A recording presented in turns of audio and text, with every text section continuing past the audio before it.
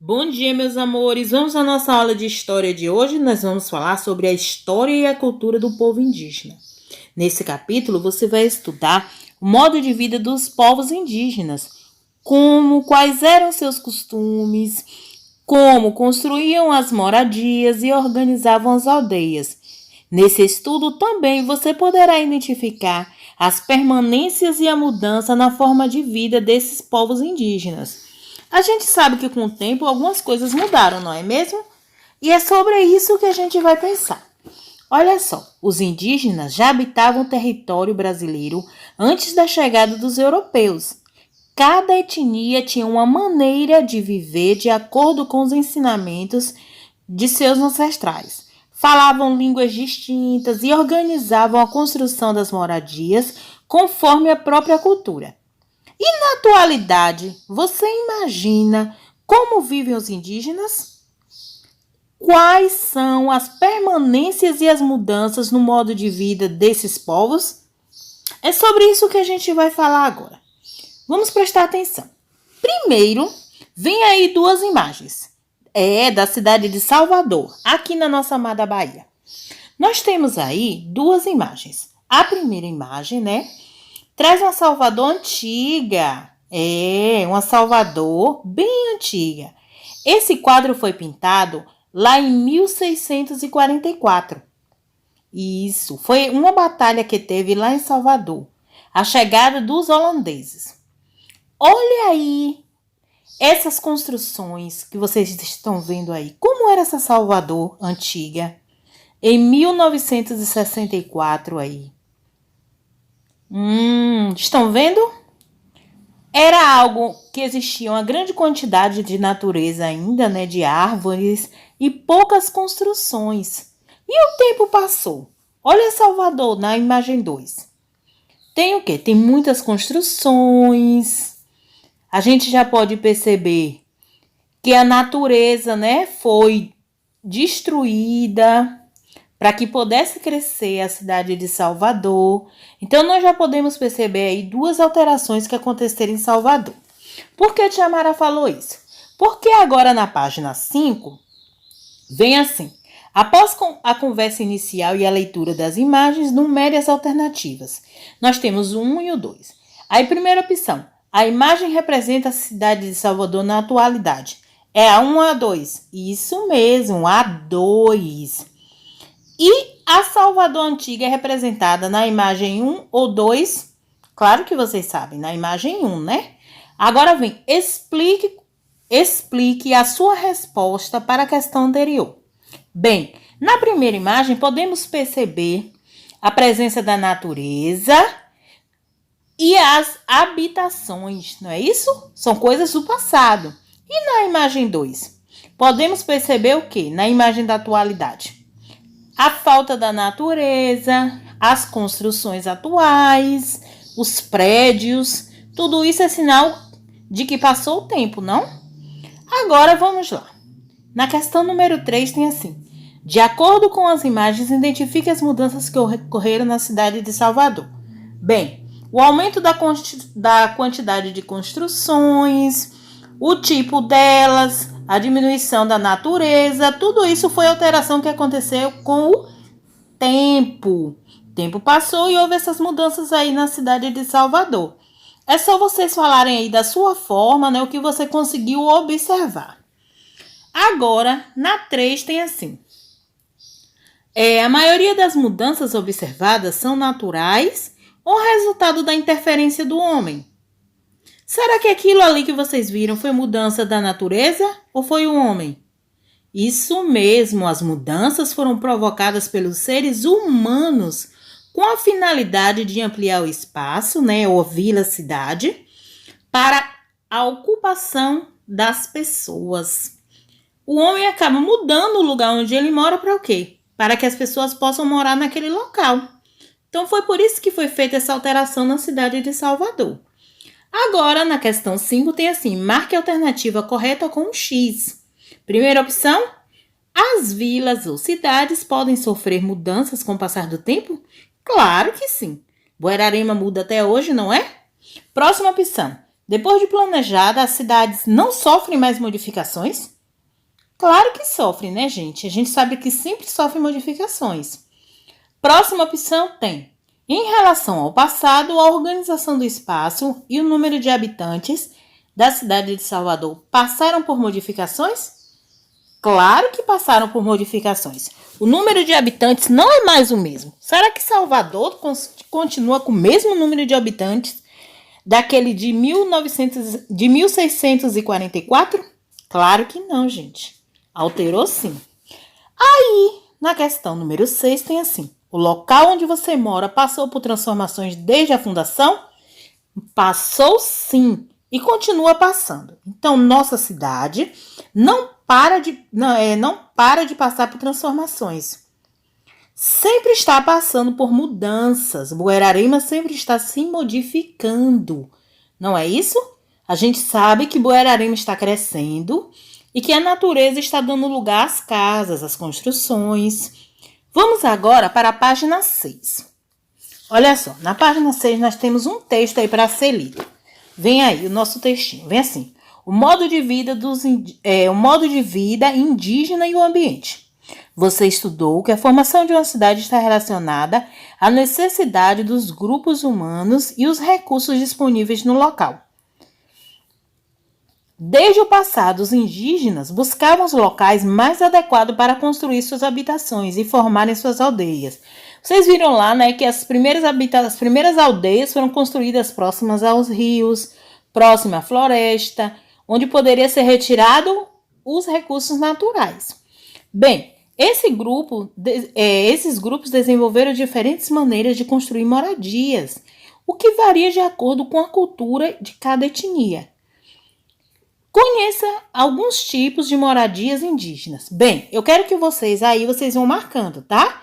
Aí vem, na Amazônia, na região amazônica, os indígenas ainda constroem espaços coletivos de moradias conhecidos como malocas. Nesses espaços, vocês vão pintar aí na região Amazônia até circulares. Pronto. Nesses espaços, podem dormir, preparar alimentos, conversar, entre outras atividades. As malocas variam conforme a etnia, podendo ser retangulares ou circulares. Bem, aqui vocês têm aí, né, uma maloca circular, certo? Nós temos aí, tem assim, as habitações indígenas podem ter variados tamanhos e formas. A ilustração mostra uma oca chavante de estrutura da construção. As ocas desse povo era para abrigar, na maioria, parentes da mesma família. Eles costumavam morar todo mundo juntos. Mas agora, mais abaixo, vocês têm aí uma oca, uma maloca, né? Circular ticuna, da região do Rio Solimões, lá na Amazônia. Olha que interessante, é um círculo, eles fazem algo circular, bem legal. É feita com palha, né, como vocês estão vendo aí. Eu achei bem interessante esse tipo de habitação aí do ticuna. Agora, nós temos mais abaixo aí outros materiais que também são usados, como o bambu, a folha da palmeira, a taquara. É tudo usado na construção das malocas pelos indígenas. A gente sabe que na nossa região houve até uma transformação dessa forma de construção, né? Porque eles usam mais materiais de cimento, como a gente usa também. Mas indígena, assim, que mantém a tradição, costuma retirar da natureza o que precisa. Vamos agora para a página 7. Na página 7 tem assim: um conjunto de ocas ou maloca compõe as chamadas aldeias indígenas. Tem aí uma imagem bem legal, que é a construção das malocas circulares próximas ao rio Surumum, na Amazônia. Abaixo nós temos a construção indígena retangular no alto do Amazonas. Já é uma transformação diferente, vocês estão vendo aí? São construções feitas de formas diferentes dependendo da tradição indígena. Para construir moradias, organizar o espaço da aldeia e produzir objetos para o uso do grupo, os indígenas aproveitam os recursos da natureza. Lembram lá Extrativismo natural? Pois é, eles retiram da natureza o que eles precisam. Então tem o quê? Extrativismo mineral, vegetal, não é? Bem, vamos agora para a página 8. Na página 8 tem assim: com o passar do tempo, a necessidade da retirada da vegetação nativa para se viver gerou transformação na natureza. Essas transformações não ocorrem apenas no passado, pois podemos observar diversas alterações no ambiente, ainda na atualidade. Agora, certo? Tem assim, interpretando. Você deverá seguir as dicas, ó. Pinte de marrom os espaços que tem a bolinha. Pinte de verde as estrelinhas. E pinte de verde escuro a cruzinha. Quando você terminar de pintar, vai formar uma palavra. Isso mesmo, a palavra desmatamento. Prontinho? Próxima questão. Com a ajuda do professor, usando o dicionário, pesquisa o significado da palavra desmatamento. Já tá aí, ó. Processo da retirada das árvores de um local com o objetivo de usar as árvores ou o local. Tá bom? Esse é o sentido da palavra desmatamento. Agora tem. Para que uma cidade onde você mora fosse formada, ocorreu processo semelhante? Claro que sim, né, gente? É só marcar um X aí no sim, justifique sua resposta. Para que Buerarema pudesse crescer, houve desmatamento? Então, vocês vão botar sim, pois para construir as casas, as pessoas tiveram que retirar as árvores. Prontinho? Agora, marque com um X o nome das construções indígenas dos indígenas brasileiros. Bem, nós temos aí Maloca e nós temos Oca. Certo? Iglu é dos esquimós e Mocambo é dos africanos. Então, não diz respeito ao povo indígena. Que recursos os indígenas usam para construir as moradias? Bem, eles usam o quê? Bambu, madeira, palha e folha de palmeira. Prontinho? Ah, não deu trabalho, fala sério, tá fácil, fácil. Agora nós temos aí modificar e preservar. Página 8, certinho? Agora que concluímos a página 8, vamos para a página 9. Olha só. Modificar e preservar.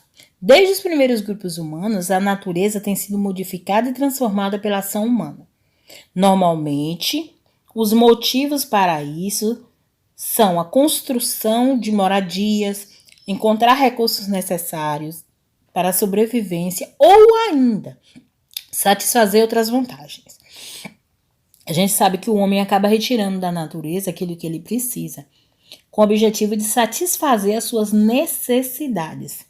Então, que necessidades chamaram? Construir uma casa, abrir uma rodovia, fazer uma ponte. Então, isso acaba alterando a natureza de alguma forma.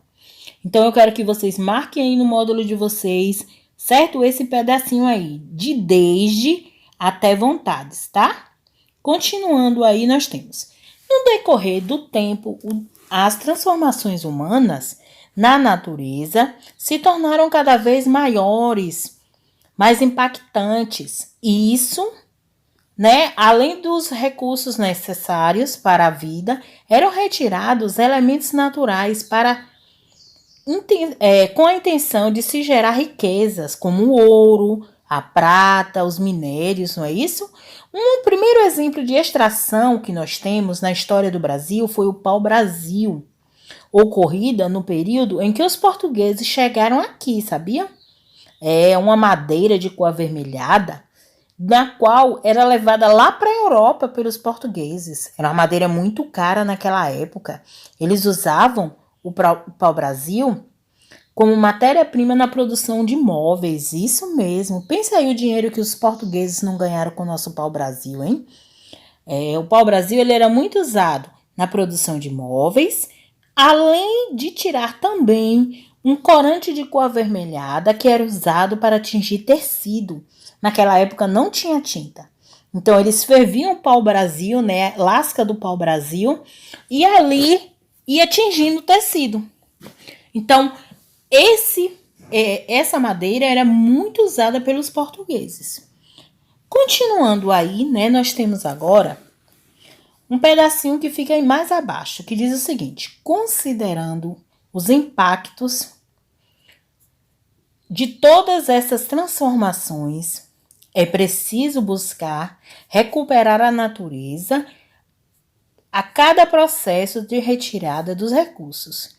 Gente, se o homem não se preocupar com a natureza, vai chegar uma hora que a nossa vida no planeta Terra não será mais possível. Nós precisamos dos recursos naturais, temos que usá-los com consciência. Bem, tem duas medidas que é dada aqui no nosso texto. Primeiro, o consumo daquilo que a gente apenas precisa. Nada de consumo exagerado. E o outro, aí no quadrinho amarelo, diz assim: reflorestamento é o ato de se buscar repor a vegetação em um local que foi desmatado. Então, outra medida também para preservar a natureza é o reflorestamento. Agora, vamos lá para a nossa página 10. A página 10 está bem divertida.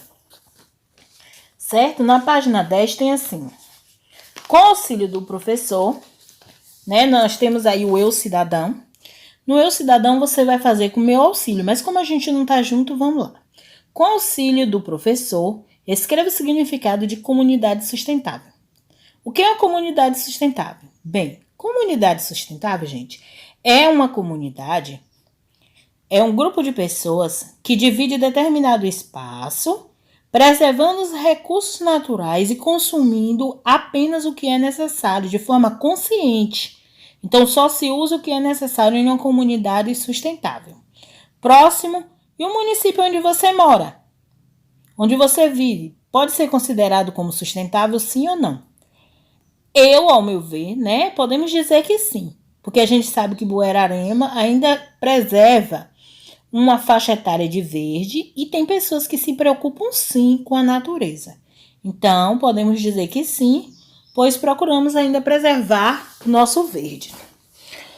Mais embaixo tem assim: muitas etnias indígenas ainda vivem em floresta amazônica, usando os recursos da natureza de maneira sustentável. A Amazônia é conhecida mundialmente pela diversidade de sua vegetação, incluindo espécies raras ou que só existem nesse local.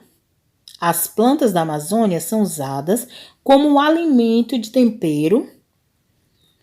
E um exemplo que nós temos de alimento de tempero, né, que a mamãe costuma usar aí, eu creio, essa frutinha, isso, uma frutinha, né, que é muito usada aí pelos indígenas. Vocês sabem que frutinha é essa? Se vocês estão aí com o módulo aberto lá na página 10, eu creio que vocês sabem sim. Se não sabem, eu vou dar um tempinho. Vamos ver? Que frutinha é essa, hein, tia Mara? Essa plantinha aí, eu sei que vocês podem não ter visto pessoalmente, mas a mamãe usa na cozinha. Essa frutinha é urucum. A mamãe usa o corante na cozinha, que é feito à base do urucum. Certinho? Agora nós temos aí lápis na mão. Alguns governantes brasileiros mostraram interesse em preservar o ambiente. Por exemplo, em 1817, Dom João VI se preocupou em proteger o Rio Carioca, que abastece a cidade do Rio de Janeiro, para que a população tivesse acesso à água potável. Vocês estão vendo uma imagem aí, né? Um quadro bem antigo que ele mostra o Rio de Janeiro lá em 1861. Bem, nós temos assim: após ler a imagem e o texto verbal correspondente, responda ao que se pede. Que problema Dom Pedro II buscou solucionar? Qual foi, gente?